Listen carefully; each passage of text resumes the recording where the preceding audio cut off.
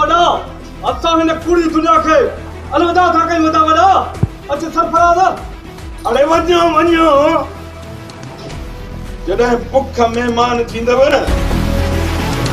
ऐं हितां जा ऐश यादि ईंदव पोइ पछताईंदो जीअं मुड़ुस बनीअ ते पहुचनि हुन जूं मायूं पताल थी वञनि हा ईअं ई थो कयां